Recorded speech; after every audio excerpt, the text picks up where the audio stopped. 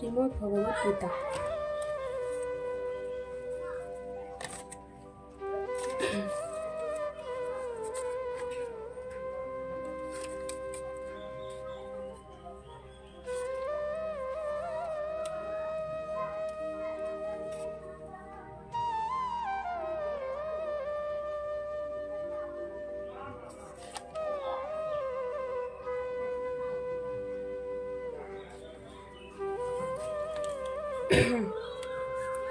শ্রীমদ্ ভগবদ গীতা প্রথম অধ্যায়। বঙ্গানুবাদ। ধৃতরাষ্ট্র বলিলেন, হে সঞ্জয়, ধর্মক্ষেত্রে কুরুক্ষেত্রে যুদ্ধে উদ্যত আমার পুত্রগণ ও যোদ্ধাগণ ও পাণ্ডবগণ উপস্থিত হইয়া কি করিলেন? সঞ্জয় বলিলেন, বহু দ্বারা সঞ্জিত পাণ্ডব সেনাগণকে দেখিয়া রাজা দুর্যোধন দ্রোণাচার্যের নিকটে বলিলেন,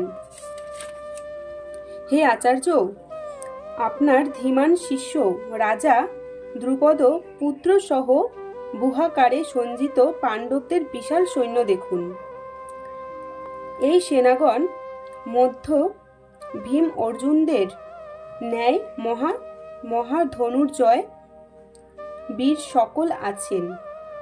সত্যকি বিরাট মহাবীর দ্রৌপদ, ধৃতরাষ্ট্র, ধৃষ্টকেতু, চেকিতান, বীর্যবান, কাশীরাজ, পুরুজিৎ, কুম্ভীভোজ, নরপুঙ্গব, শৈব্য, যুধাদ্মুন্ন, বীর্যবান, উত্তমৌজা, সুভদ্রা পুত্র অভিমন্যু এবং দ্রৌপদীর পঞ্চপুত্র প্রভৃতি মহারথী উপস্থিত। হে দ্বিজ শ্রেষ্ঠা আচার্য, আমাদের সৈন্যগণের প্রধানদের জানিয়া রাখুন, আপনার অবগতির কারণ তাহাদের নাম বলিতেছি। হে ভগবান, আপনি পিতামহ ভীষ্ম, কর্ণ যুদ্ধ কুশলী, কৃপ অশ্বত্থামা, বিকর্ণ সৌম্যদত্তের পুত্র ভূরিশ্রভা এবং জয়দ্রথ, অনন্যা প্রভৃতি অস্ত্রধারী যুদ্ধ বিশারগণ আমার জন্য প্রাণত্যাগে প্রস্তুত হইয়া আমার পক্ষে যুদ্ধে প্রস্তুত হইয়াছে। কিন্তু পিতামহ ভীষ্ম কর্তৃক রক্ষিত ও পরিচালিত সেনাগণ সমরে অসমর্থন মনে হয়। ভীম দ্বারা রক্ষিত ও পরিচালিত সেনাগণ যুদ্ধে সমর্থ মনে হইতেছে।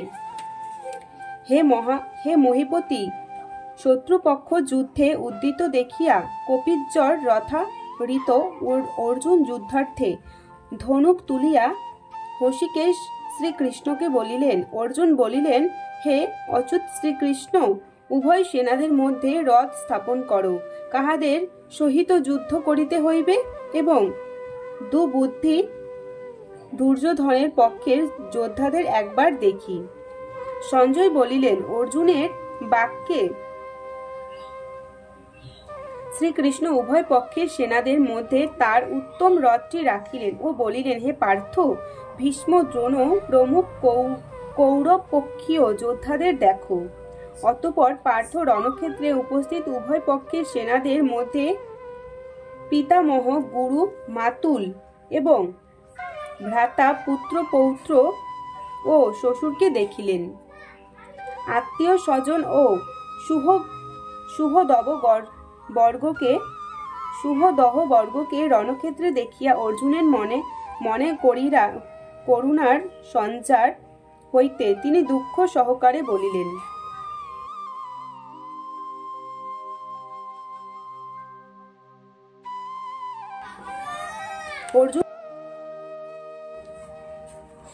হে কৃষ্ণ, যুদ্ধে উদ্যত স্বজনগণকে দেখিয়া আমার দেহ শক্তিহীন ও মুখ শুষ্ক হইতেছে, আমার সারা দেহ কম্পিত হইতেছে, গান্ডীব হচ্যুত হইতেছে ও সর্বাঙ্গ দুগ্ধ হইতেছে। হে কেশব, আমি রথে থাকিতে অক্ষম, অতীব অস্থির ও নানা প্রকার অশুভ লক্ষণ দেখিতেছি।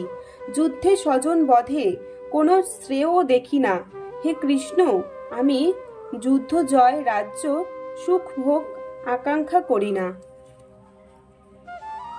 হে গোবিন্দ, রাজ্য বা ভোগেশ্বর যে আমাদের কি প্রয়োজন?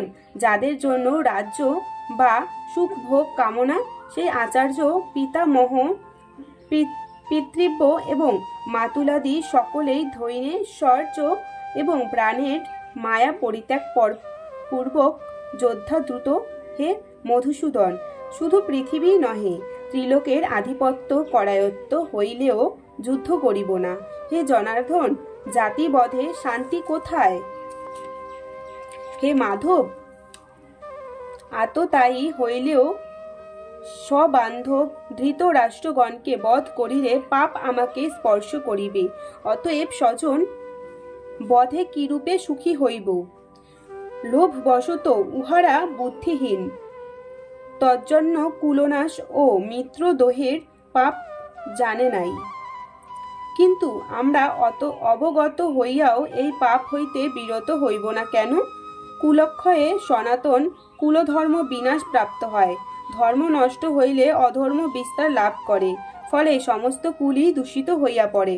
হে কৃষ্ণ, অধর্মের প্রভাবে কুলস্ত্রীগণ ভ্রষ্টা হয় ও সেই স্ত্রীগণ হইতে স্বর্ণশঙ্কর জন্মায়।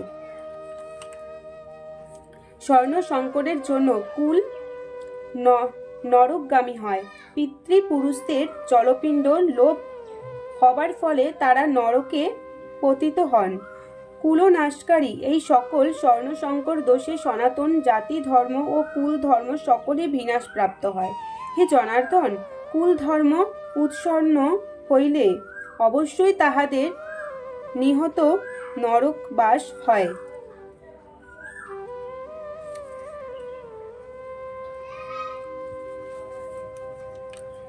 হায়, কি মহাপাপ করিতে আমরা উদ্যত হইয়াছি!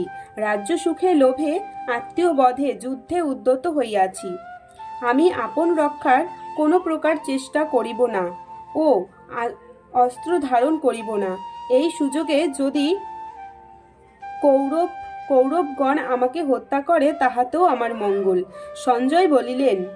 ইহা বলিয়া অর্জুন রথে বসিয়া পড়িলেন এবং শোকাকুল হইয়া ধনুর্বাণ ত্যাগ করিলেন। ইতি অর্জুন বিষাদযোগ নামক প্রথম অধ্যায় সমাপ্ত।